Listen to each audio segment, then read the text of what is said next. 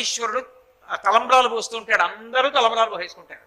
నూతన వధూవరులు ముహూర్తం ఉండదు ఇక.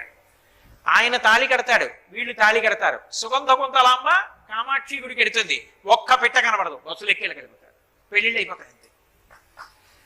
కాంచీపురంలో ఈ కళ్యాణం జరపడానికి ముందు దీన్ని లోకానికి అంతటికి చాటి చెప్పమని ఎవరి దగ్గరికి తీసుకెడతారంటే ఢంకా గణపతి దగ్గరికి తీసుకెళ్లి మేళతాళాలతోటి శుభలేఖ పెడతారు. మొట్టమొదటి పత్రిక ఆయనకి ఇస్తారు. ఆయన ఢంకా మోగించి చెప్తాడు అందరికి, కళ్యాణం అవుతోంది, సుగంధ కుంతలాంబరి మీ అందరూ రండి అంటారు. ఢంకా గణపతి అని అమ్మా నాన్న పట్ల అంత ప్రీతితో ఢంకా వాయిస్తాడు ఆయన.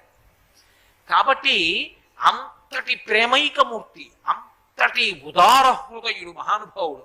కాబట్టి అహర్నిశం అనేకదం తం భక్తానాం, తనని నమ్ముకున్నటువంటి భక్తులకు విశేషమైనటువంటి అనుగ్రహమును కల్పించగలిగినటువంటి వాడు.